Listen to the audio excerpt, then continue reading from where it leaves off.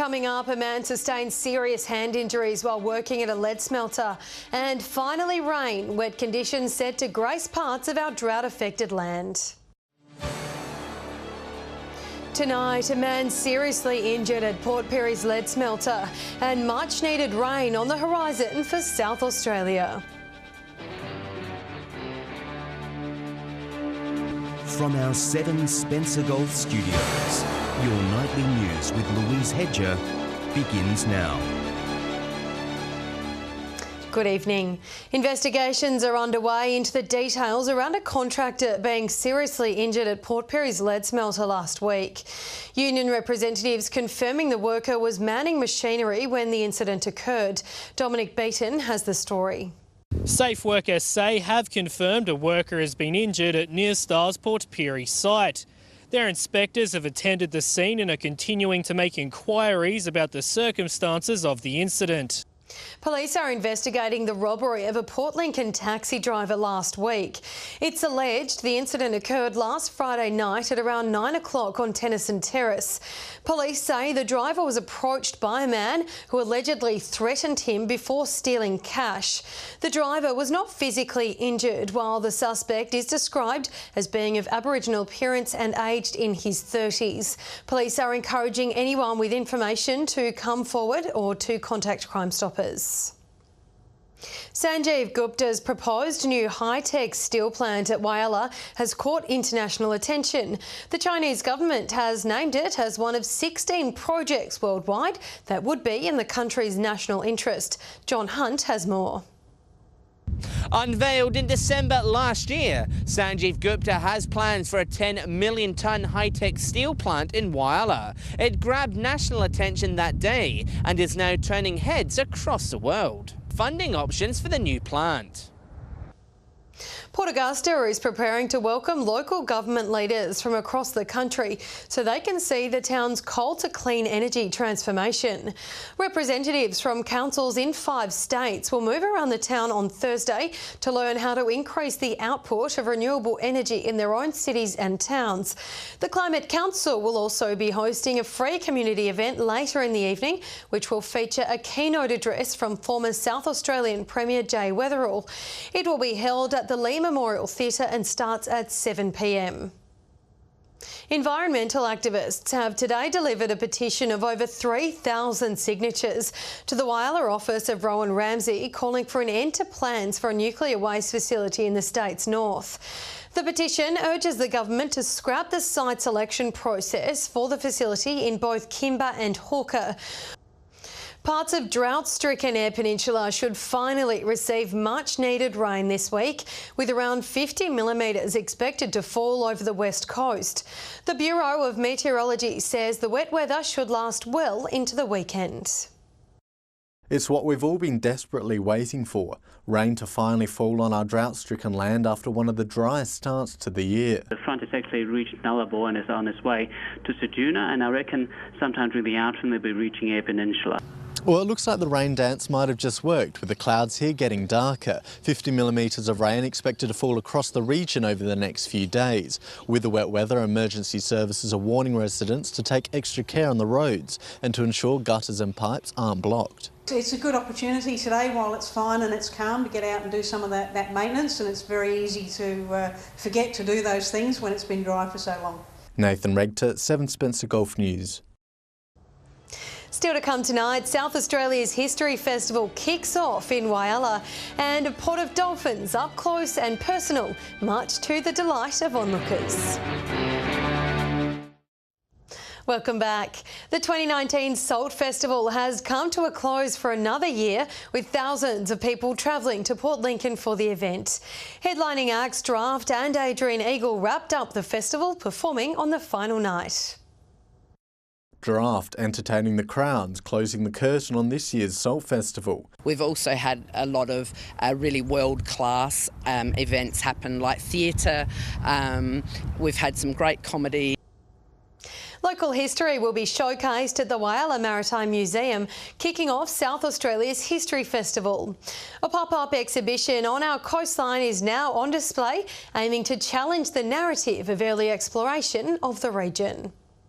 Our maritime history on display. Opening this month, navigation features historic maritime artefacts. The exhibition is on display throughout the month of May. John Hunt, 7 Spencer Gulf News.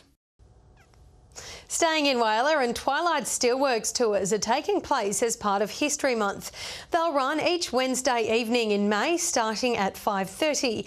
Residents will get the chance to witness the steelmaking process, visiting the blast furnace, coke ovens and rolling mills.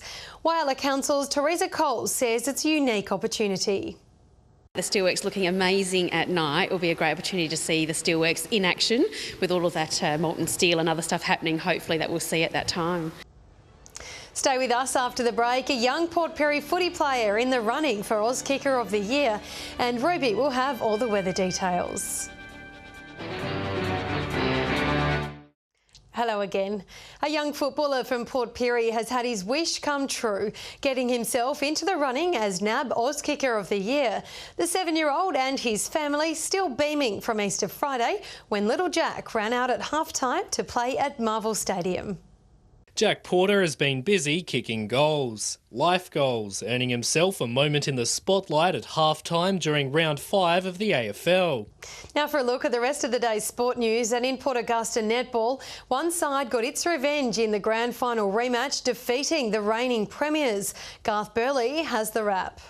Well, in sport, we all love a good comeback story. And Vikings have taken one step towards redemption, defeating Railways by 6 goals, the same side that beat them in last year's grand final. In the other match, St Joseph's showed their competitive spirit on the court, defeating Magpies. In the Greater Flinders, Commane dominated on the court in a high-scoring affair against Ramblers, and United Yelena won against Lock. In Whyalla, a grand final rematch saw reigning premiers Kiwi retain bragging rights over Warriors. True Blue won by a huge margin of 65 points, and YCW also claimed a victory. In Pirie, Georgia Pryor was awarded the Anzac Medal despite her Solomon Town side going down to Blue Wren. And Central Risdon were too good for SM Celtic, winning by 22 points. To soccer now, and in Whyalla, Wanderers netted 2 unanswered goals against Steel in the League Cup final to win their first trophy in 15 years. In the State League, Northern Demons notched their 4th win of the season with the comprehensive 6-goal drubbing of the COVE FC. And in the Amateur League, Savoy and West Beach were forced to share the points. And finally to Broken Hill Tennis, where the A-graders took a break after Easter, but the B-graders still picked up the rackets. Spin Doctors were too strong on the court, rallying to a 2-set win over the Slashers. A-grade will be back this week for the final round of the season before 3 weeks of finals. That's it for the weekend in sport. And as always, if you have local sports results that you'd like featured here on 7 Spencer Gulf News, drop us a line at localsport@sca.com.au. Back to you, Louise. Great, thanks Garth.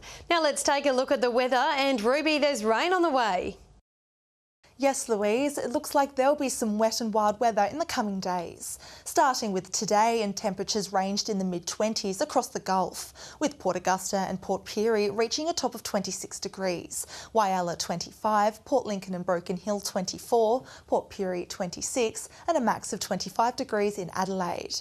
Looking to the satellite, thick cloud is moving across South Australia with a cold front, and a trough is generating areas of rain and thunderstorms, mainly on the system's western flank. Skies are clearest in the far west as high pressure begins to rebuild. Looking at the waters for tomorrow, southerly winds around 10 to 15 knots, seas at 2 metres, and the sun will rise at 7:01 tomorrow morning with sunset just after 5:46. Some rainy conditions expected across the region tomorrow. Port Augusta set for a top of 20 degrees, Whyalla windy and 20, Port Lincoln 17, Coffin Bay thunderstorms and 14, Woodna a top of 18, Corn 20, Broken Hill cloudy and 23, Port Pirie 20, Clare 16, Cleve 17, Cadina 19 and Adelaide some patchy cloud and 24. Looking ahead to the next 4 days, more rain is expected in Port Lincoln on Thursday with 17, moving to a cloudy top of 19 on Saturday. Cleve a top of 17 with cloudy conditions continuing through the next few days. And a bit of rain coming up for Woodna on Thursday, a top of 17, warming up to 20 by Saturday. Whyalla keeping in the early 20s with a bit of cloud, a top of 20 on Saturday. Similar conditions in Port Augusta, reaching to 21 by Saturday. And Kadina, some rain over the next few days, warming to a top of 20 on Friday and Saturday. Some partial cloud in Port Pirie, reaching tops of 20 by Saturday. A bit cooler in Clare with rain and 15 on Friday, 19 on Saturday. And Broken Hill, storms continuing on to Thursday, reaching to sunny tops of 19 later in the week. And that's all for tonight's weather. Louise, back to you. Thanks for that, Ruby. And that's all from us this Tuesday evening. Thanks for joining us. We'll have updates later, but until then, enjoy your evening. Good night.